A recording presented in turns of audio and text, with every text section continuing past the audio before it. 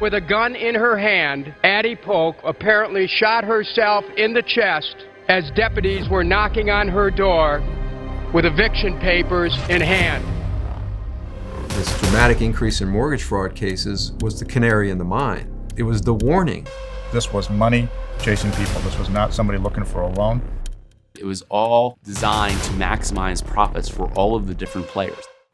The Con is a docuseries that undertakes an in-depth investigation into that 2008 financial crisis. 9 years in the making, and identifies key players, why this happened, and how corporations took priority over the American people. So here to tell us more about the financial crime docuseries is the Con's director, Eric Vaughn, and the filmmaker, Patrick Lovell. It's great to see you both. Thank you both for joining us. Congrats, guys. Great to have you. Thank you for having us. Great to be here. We love you guys. Watch Oh, thank you. Appreciate that very much. Patrick, let's start with you. You talk in the documentary about how you were inspired to make this documentary because of losing your own home. So tell us about that experience and how the film kind of came together. Well, I'm a producer. I'm an entrepreneur. I'm also a competitor, so that means I believe in the free market. And I understand how things are supposed to work when, let's say, billing goes sideways. And as a homeowner at that time period, I was really paying attention to the implosion. And ultimately what happened was, in the midst of all of this, my life was falling apart and nothing made sense. I was watching mainstream media all the time. And Crystal, I think you'll appreciate this because you were there at the time. Ultimately, the only thing that actually spoke to me was when Dylan Ratigan exploded on MSNBC and started putting things together. And as a producer, I was like, well, you know what? None of this makes sense. So we got to figure out what's going on. I went to someone I knew in my community who became a partner on this project. And from that point forward, we started pulling the thread that led to a 9-year journey in Odyssey. And we were in for much more than we could ever anticipate. But I can tell you on this side of the fence, especially given what you guys talk about, we put together what everybody intuits, i.e. that the system is rigged. They just don't know who did what, when, and how, and what they got away with. This is the largest criminal conspiracy in history, the largest conspiracy of lies in history, and the largest cover-up in our nation's history. And we put it all together.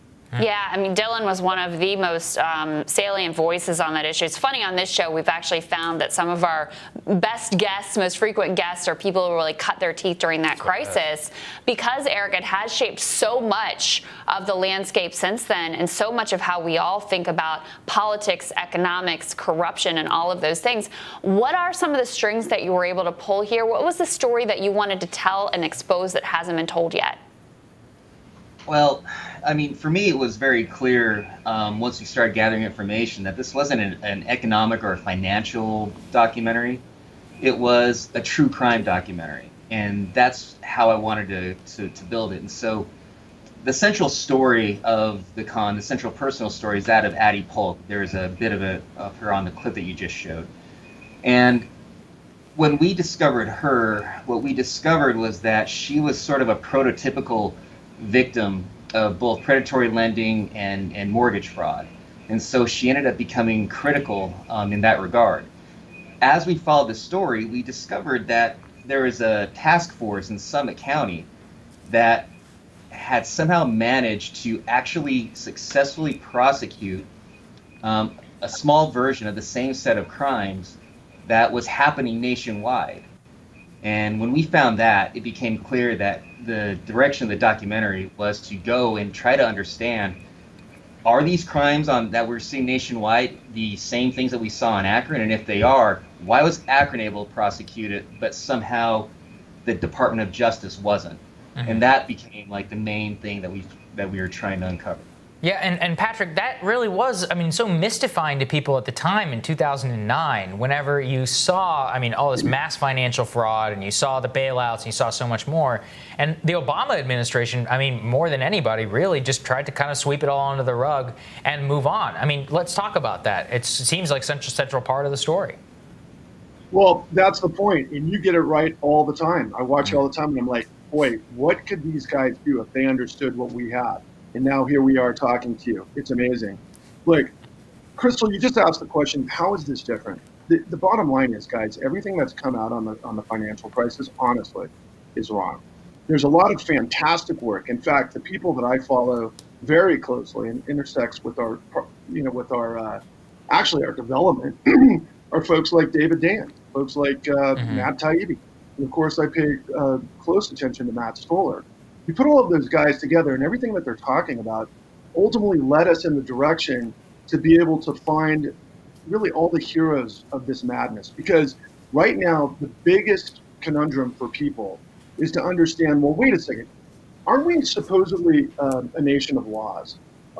Isn't there equality of the law? Isn't that what we were all taught to believe growing up? And we had this expectation that that's the case, and then we celebrate heroes in every generation. You guys frequently talk about the New Deal. Well, the New Deal happened as a direct result of a gentleman by the name of Ferdinand Pecora. He was an investigator, a Sicilian immigrant that FDR put into position to make the case against Wall Street. And as a result of that, they came up with Glass-Steagall, among other things. But basically, they aired out the facts. They didn't have a congressional investigation where a bunch of congressmen were politicizing the ideas of what took place. They had a professional prosecutor lay out the facts to the American people. And after the Great Depression, they stormed the Capitol and demanded that government act for the people. Now, our whole story started because I'm a citizen. And I thought to myself, well, wait a second. I'm going through this madness and I feel like I'm completely expendable. And so when I went to our executive producer, Adam Bronfman, I said, I'm not expendable. Nobody else is. I got to find out what the heck is going on here. And his framing was, look, if we can figure out how we went from of, by, and for the people to of, by, and for the corporation, then I'm in. That began this incredible process where we literally found the experts. To put this into perspective, one of our mentors on this project is a gentleman by the name of William K. Black. And I would encourage you guys, if you ever get around to watching our series, hopefully sooner or later, because it's the intersectionality of everything you guys talk about. Everybody who was our interviewee list, on our list, are former directors of investigations for the Office of the Comptroller of the Currency, who put 30,000 criminal referrals together during the S&L crisis and over 1,000 white-collar criminals in prison. And that's when our system worked. What we learned from William K. Black is we went through a 4 decades long, well, really, it starts in the Reagan administration, but goes on overdrive during the Clinton administration. But we call them the 3 Ds: deregulation, desupervision, and decriminalization.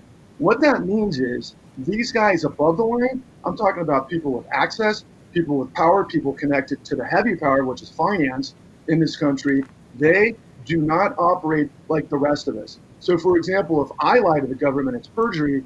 If Wall Street lies to the government, it's the business model. Now, you guys know bits and pieces of this because you cover it nonstop. But this is who did what, when, and how, and what they got away with. And here's the big kahuna, Two things, right? Eric talked about Addie Polk.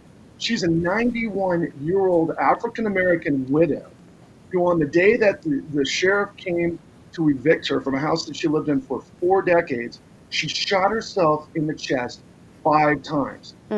She didn't die right away. She died 6 months later, but as a result of the complications of the situation.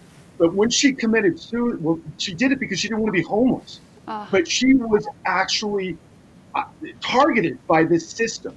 This system swept up millions by targeting people. And what we do is we deconstruct the methodology of this madness. And we connect it to the corner offices of Wall Street, and it's insane. And so a lot of people think, right, well, wait a second, this was a story that happened 12 years ago. No, it's a story that's happening now. What they got away with then is what led to what we're dealing with now. And it wasn't a $750 billion TARP package that Wall Street paid back. It was a $29 trillion transfer of wealth built on a conspiracy of lies. And that's what we reconstructed with the head guys from the FBI, the head guys from the Department of Justice, the head guys from the Securities and Exchange Commission, the head guys from the AG's offices who got this right. So I promise you guys, if you dive in, you're going to find so many people, including whistleblowers, that were in the C-suites. For example, we've got Michael Winston, who had the case against Angelo Mazzillo, a guy that got away with a $500 billion Ponzi scheme. Right, I recall that. Ultimately, Robert Rubin got put on notice by Richard Bowen. Dick Bowen is a national treasure. This guy was profiled by 60 Minutes. He ultimately not only he went the distance, he got shut Yeah. down by his human resources, by his bosses, on an $80 billion scheme that Citi was using to defraud investors. How? Because it was illegal reps and warranties, guys. This wasn't like something that just Right. happened because Right. of market Well, forces. no. And It I was want to engineered. get Eric in here for final thought here. I mean, we're covering so much of what's going on now with the coronavirus bailouts and the economic crash that seems to be looming around the corner. Millions of Americans facing potential homelessness in the present day. I mean, how does your work on this film inform how you're viewing the current economic situation today? Oh, goodness. Well, basically, I think that what we do in the con is basically help set the table for what we're experiencing now and what we're about to see.